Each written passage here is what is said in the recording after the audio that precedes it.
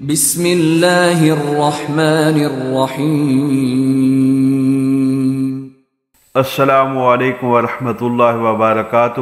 عزیز دوستو، آپ کا دماغ ہمیشہ آپ کے کنٹرول میں اور آپ اسے اپنی مرضی کے مطابق کام لے سکیں، اگر آپ یہی چاہتے ہیں تو ہماری یہ ویڈیو آخر تک ضرور دیکھیے گا۔ آج میں آپ کو ایک کہانی سناؤں گا۔ اس کہانی میں آپ کی زندگی سے جڑے ہوئے کچھ راز چھپے ہیں جو آپ کے بہت کام آئیں گے۔ آپ کو وہ طریقہ سمجھ آ جائے گا جس سے آپ کا دماغ آپ کے قابو میں رہے۔ کہا جاتا ہے کہ ایک ملک کا بادشاہ تھا اور اسے گھوڑوں سے بہت پیار تھا۔ اس کے پاس 4 جنگلی گھوڑے تھے۔ بادشاہ کو گھوڑے بہت پسند تھے۔ بادشاہ چاہتا تھا کہ کوئی ان گھوڑوں کو اچھے طریقے سے تربیت دے دے، ٹرینڈ کر دے تاکہ بادشاہ ان پر سواری کر سکے، لیکن بدقسمتی سے کوئی بھی ٹرینر انہیں ٹرین نہیں کر پا رہا تھا۔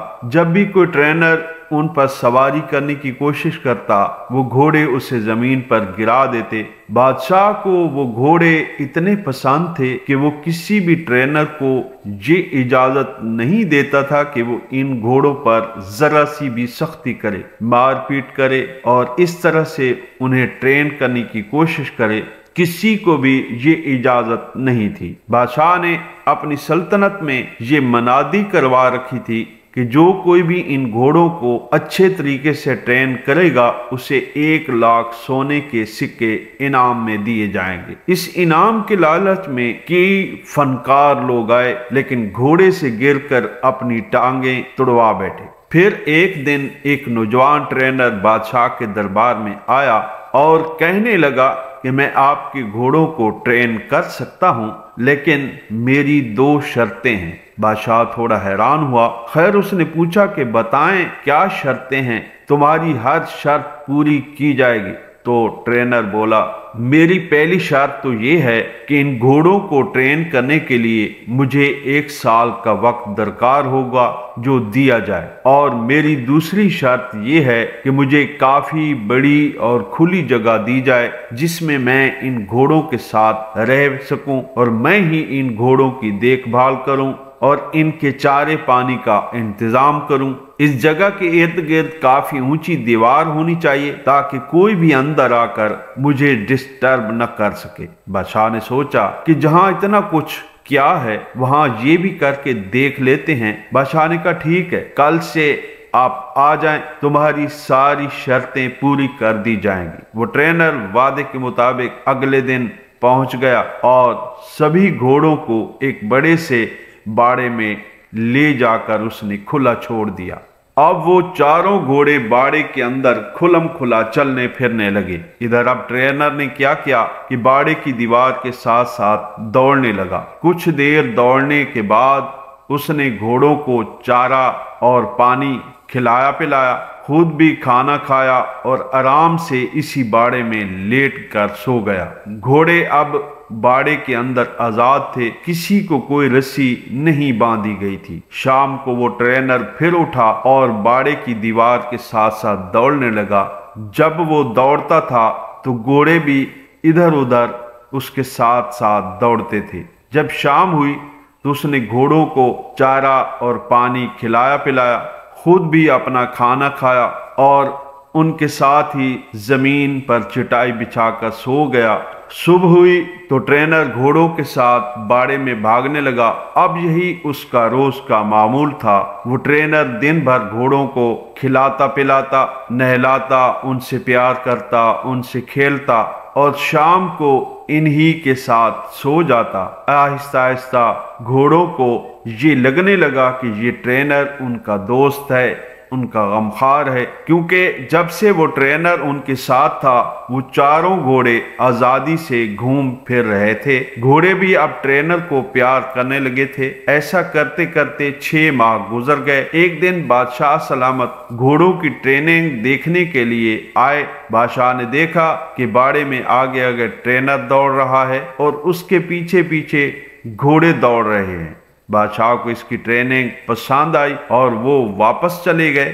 جب 1 سال پورا ہو گیا تو اس نے بادشاہ کو پیغام بھجوایا کہ گھوڑے بالکل ٹرین ہو چکے ہیں، بالکل تیار ہیں۔ بادشاہ خوشی خوشی انہیں دیکھنے کے لیے آیا۔ جب بادشاہ وہاں پہنچا تو ٹرینر نے باری باری چاروں گھوڑوں کو لگام ڈال کر ان پہ سواری کر کے دکھایا۔ گھوڑے آرام سے باڑے کے کنارے کنارے دوڑ لگا رہے تھے۔ کسی گھوڑے نے بھی ٹرینر کو گرانے کی کوشش تک نہیں کی۔ بادشاہ یہ دیکھ کر کافی مرعوب ہوا اور اس کے ساتھ خوش بھی ہوا۔ بادشاہ نے پوچھا کہ یہ مشکل کام تم نے کیسے آسان کر دیا؟ کوئی بھی یہ نہیں کر پایا اور تم نے یہ کام کر دیا۔ تو ٹرینر نے کہا پہلے میں ان کے ساتھ رہ کر انہیں آزادی دے کر ان کا دوست بن گیا، میں نے ان کا اعتماد حاصل کیا، پھر میں ان کے ساتھ دوڑتا رہا اور یہ بھی میرے ساتھ ساتھ دوڑتے تھے، پھر آہستہ آہستہ میں نے ان کی پیٹھ پر کاٹھی رکھنے کی کوشش کی۔ شروع میں یہ اسے گرا دیتے تھے، پھر آہستہ آہستہ یہ اس کو کور کرنے لگے اور گرائے بغیر دوڑنے لگے۔ پھر میں خود ان کی کمر پر بیٹھنے لگا۔ پہلے پہل ادھر ادھر ہوئے لیکن پھر اس کو قبول کر لیا۔ جب گھوڑے مجھے پیٹھ پر بٹھانے لگے تو پھر میں ان کی پیٹھ پر بیٹھ کر ان کو دوڑانے لگا۔ اب نتیجہ آپ کے سامنے ہے۔ بادشاہ یہ جان کر بہت خوش ہوا اور اسے سونے کے سکے انعام کے طور پر دیے اور اسے ہمیشہ کے لیے اپنے گھوڑوں کی دیکھ بھال کے لیے نوکری پر مقرر کر دیا۔ دوستو، اب یہ تو ایک کہانی تھی جو آپ کو ضرور پسند آئی ہوگی، لیکن ہمیں تو یہ دیکھنا ہے یہ کہانی ہمیں کیا سبق دیتی ہے۔ تو بات کچھ ایسی ہے کہ ہر انسان کے اندر اس دنیا میں موجود 4 گھوڑے ہوتے ہیں، تو اس کے کنٹرول میں نہیں۔ 4 گھوڑے ہیں، ان میں سے ایک پریشانی کا گھوڑا ہے، غصے کا گھوڑا ہے، گھمنڈ یعنی غرور کا گھوڑا ہے، لالچ کا گھوڑا ہے، اور کہانی میں جو ٹرینر ہے وہ آپ کا دماغ ہے، آپ کی عقل ہے، آپ کی سمجھداری ہے۔ اب آپ کو اپنی عقل سے ان 4 گھوڑوں کو ٹرین کرنا چاہیے تاکہ یہ 4 گھوڑے آپ کے کنٹرول میں رہ سکیں، لیکن اس کے لیے آپ کو ان سے دوستی کرنی ہوگی، یعنی پہلے ان کو اچھی طرح سے سمجھنا ہوگا اور پھر ان کو لگام ڈالنی ہوگی،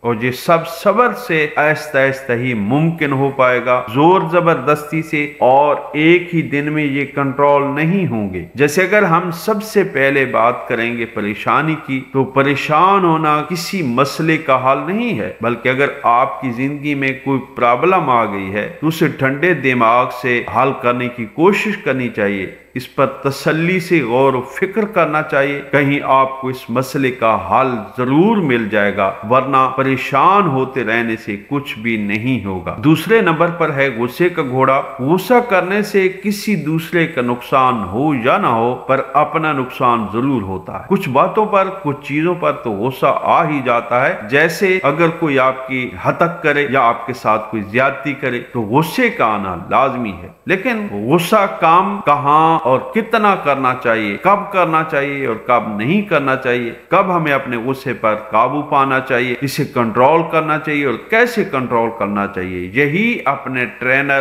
یعنی اپنی عقل کی مدد سے اس غصے کے گھوڑے کو آہستہ آہستہ سکھانا چاہیے۔ تیسرا ہے گھمنڈ کا گھوڑا، غرور۔ یہ کام میں کر سکتا ہوں اور صرف دنیا میں میں ہی کر سکتا ہوں، اسے گھمنڈ کہیں گے۔ ہمیں خود پر اعتماد ہونا چاہیے، خود پر فخر کرنا چاہیے، خود پر کبھی بھی گھمنڈ نہیں کرنا چاہیے۔ یہی بات ہمیں اپنے عقل سے تیسرے گھوڑے کو سمجھانی چاہیے۔ چوتھا گھوڑا ہے لالچ۔ لالچ اگر علم کا ہو تو اچھا ہے، لالچ اگر صحیح طریقے سے سمجھداری سے محنت کے لیے، رزق حلال کمانے کے لیے ہو تو اچھا ہے، لیکن لالچ جلدی سے غلط طریقے سے ناجائز کاموں سے دولت حاصل کرنے پر ہو تو یہ برا ہے۔ تو یہی فرق اپنے اس چوتھے گھوڑے یعنی لالچ کو سمجھانا چاہیے اور زندگی میں ہر روز کچھ نیا سیکھیں، کچھ نیا کریں، کچھ نئی سوچ رکھیں اور کچھ نیا کرنے کی لگن رکھیں۔ اللہ تعالی ہم سب پہ رحم فرمائے۔ نیک تمناؤں کے ساتھ مجھے اجازت۔ اللہ